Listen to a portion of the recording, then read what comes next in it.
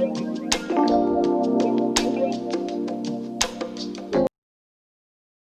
बच्चों, आज हम कक्षा 9 का विषय गणित की वर्कशीट नंबर 24 करेंगे, जिसकी तिथि है 28 अगस्त 2020।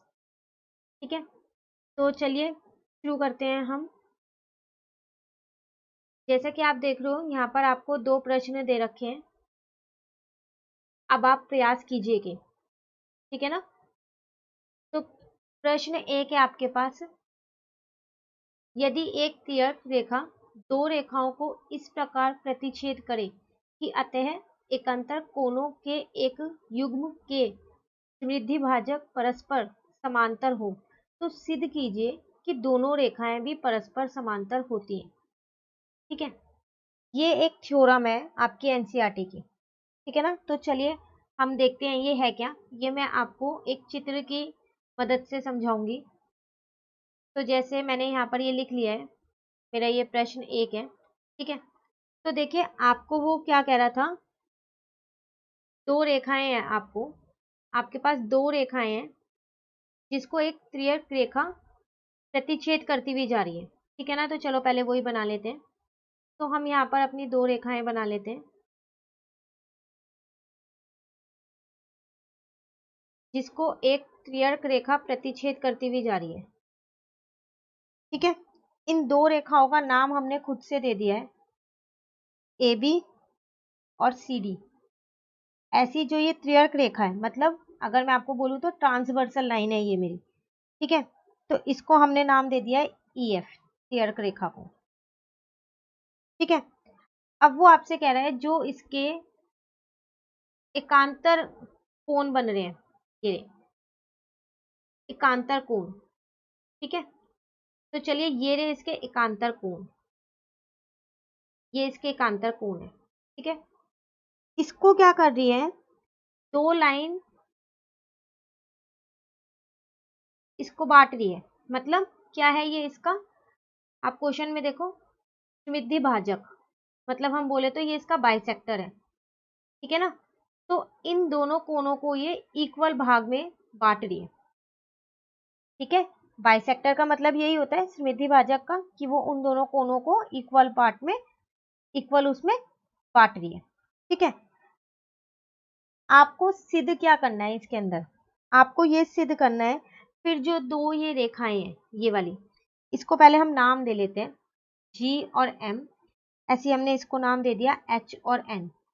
तो आपको ये सिद्ध करना है कि जो जी एम है वो एच एन के परस्पर समांतर हैं, मतलब ये दोनों पैरेलल लाइंस हैं। ये आपको सिद्ध करना है। ठीक है, आपको फिगर समझ में आ गई कैसे बनाई है हमने। चलिए अब हम शुरू करते हैं। सबसे पहले हम ये देखते हैं हमको दिया क्या है। हमें हमेशा ये लिखना बहुत जरूरी है कि हमको क्या दिया है। तो अगर मैं आपसे पूछूं कि आपको क्या दिया है, तो एक चीज तो आपको यही दे रखी है कि जो ए बी है वो परस्पर समांतर है सी डी के। ठीक है, और एक मेरे पास ई एफ है। ठीक है, क्या है ये मेरी एक तिर्यक रेखा है, यही है ना मेरी, ये मेरी तिर्यक रेखा जो ए बी और सी डी इन दोनों को क्या कर रही है, प्रतिच्छेद कर रही है, मतलब काटती हुई जा रही है। एक सेकेंड में इसको हटा देती हूँ, यहाँ मैं प्रतिच्छेद लिखूंगी, एक सेकेंड।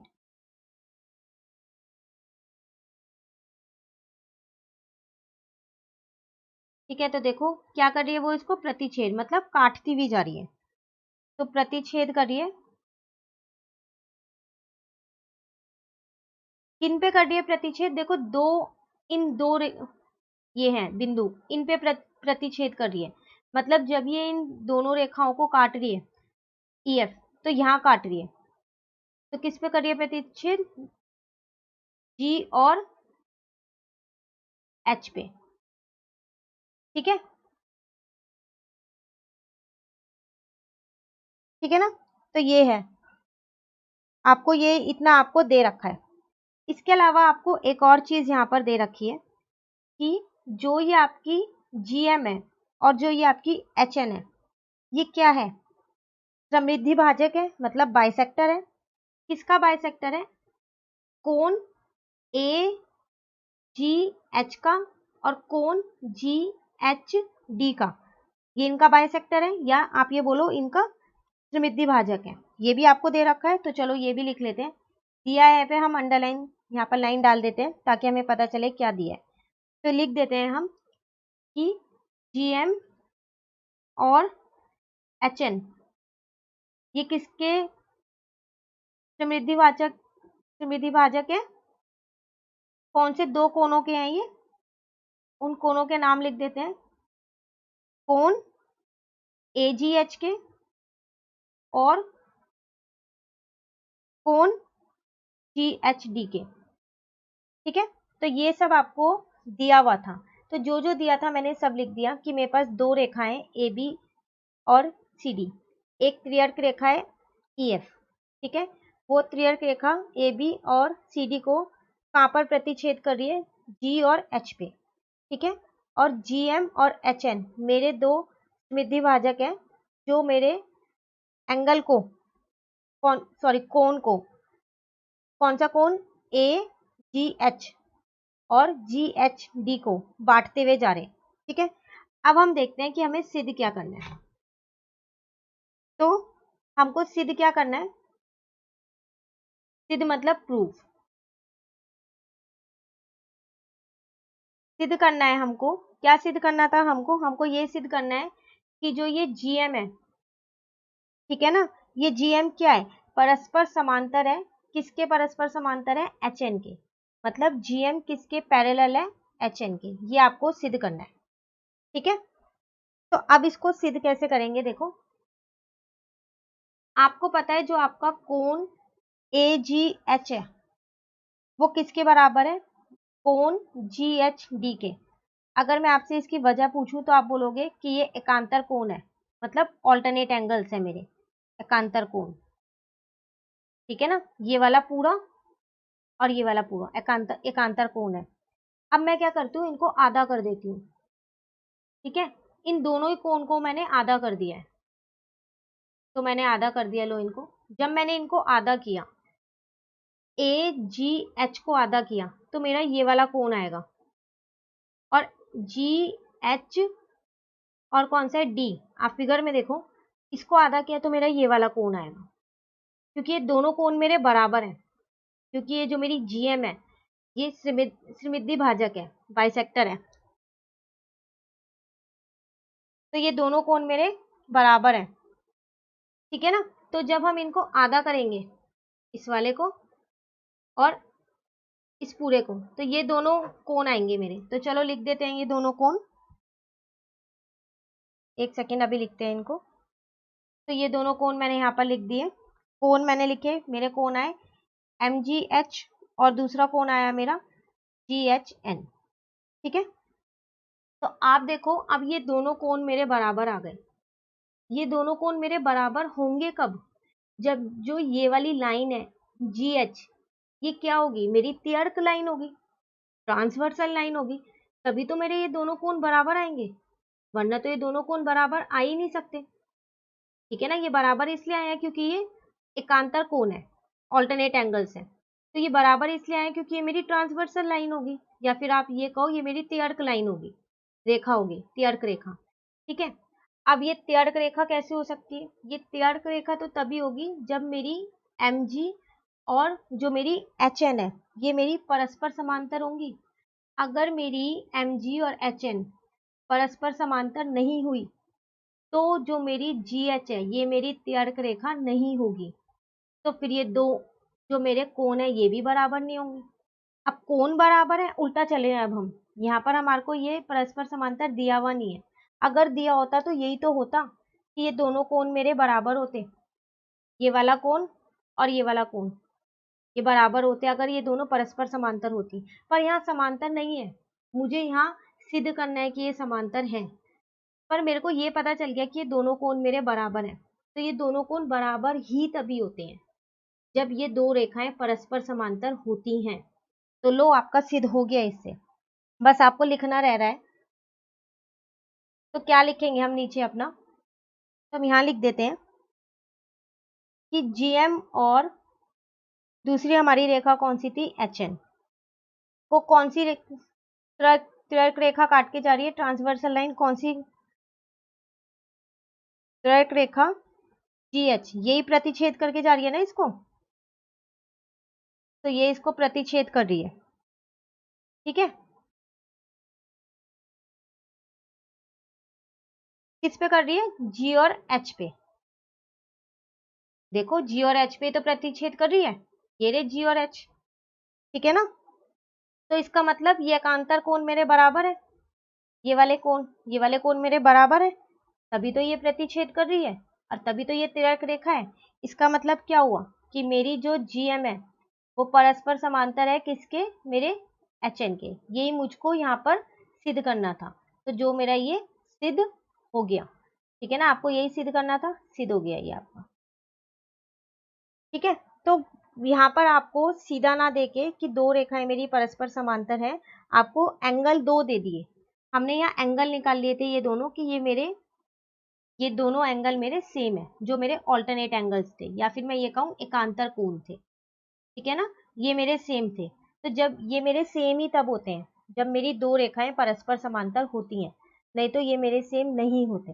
तो जब मेरे कोण सेम है तो इसका मतलब वो दोनों रेखाएं मेरी परस्पर समांतर ही होंगी, ठीक है। चलिए अब हम अपना दूसरा प्रश्न देखते हैं।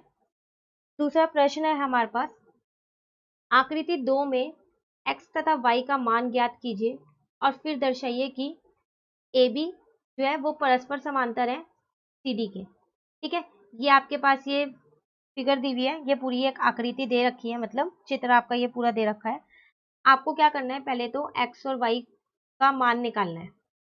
तो देखो x और y का मान कहाँ निकालेंगे, तो हम यहाँ पर निकालते हैं, y का मान यहाँ निकालते हैं। y जो है वो मेरा 130 होगा। कैसे होगा मेरा y 130, ठीक है। तो अगर मैं यहाँ पर y मेरा 130 इसलिए है क्योंकि ये मेरी शीर्षाभिमुख, ठीक है, ये मेरे शीर्षाभिमुख कोण है। अगर मैं आपको बोलूँ तो वर्टिकली अपोजिट एंगल्स हैं ये मेरे, ठीक है ना। तो ये मैं यहाँ लिख देती हूँ इसको, ये मेरा शीर्षाभिमुख कोण है, ठीक है। तो मेरा y का मान तो ज्ञात हो गया है, 130 है। x का मान मैं यहाँ पर कैसे ज्ञात करूँ, देखो जो मेरा x, जो ये x है, अगर मैं इसमें ये जो 50 मुझे दिया हुआ है, ये दोनों मिला के मेरा एक एंगल बना रहे हैं, उस एंगल का मेरा नाम होता है रेखिक, ठीक है, युग्म,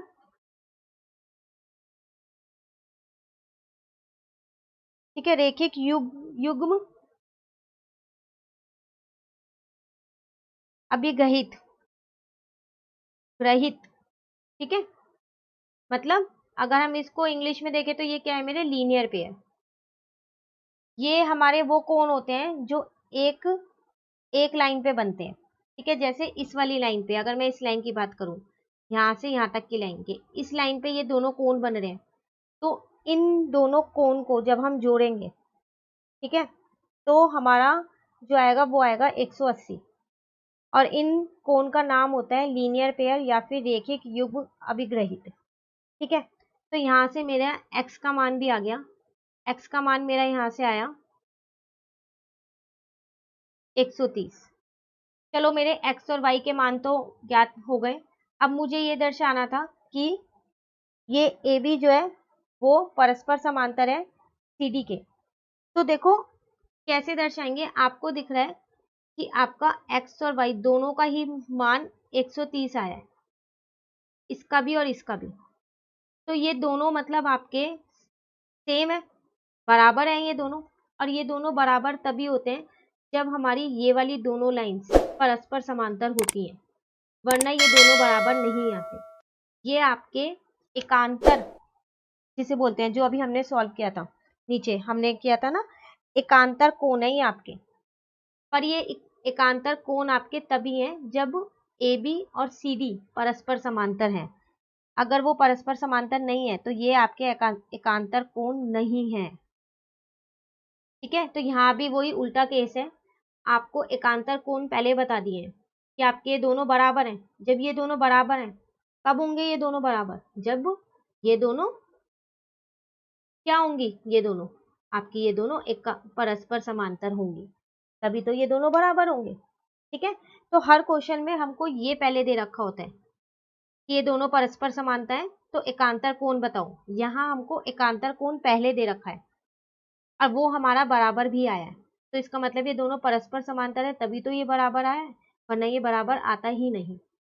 ठीक है, तो अगर आपका ये बराबर नहीं आएगा तो इसका मतलब ये दोनों परस्पर समांतर नहीं है।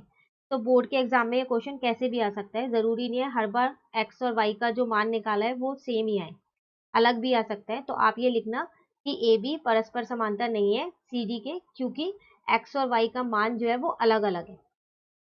ठीक है, तो ये थी हमारी आज की वर्कशीट, आपकी गणित की वर्कशीट नंबर 24 थी ये आपकी। ठीक है, इसके और आगे की वर्कशीट हम अपनी नेक्स्ट वीडियो में करेंगे। अगर आपको ये वर्कशीट अच्छी लगी तो आप मेरे वीडियो को लाइक करना और मेरे चैनल को सब्सक्राइब करना, बेल आइकन ऑन कर लेना, ताकि जब मैं इसके आगे की वर्कशीट्स डालूं तो आपको उसकी नोटिफिकेशन मिल जाए।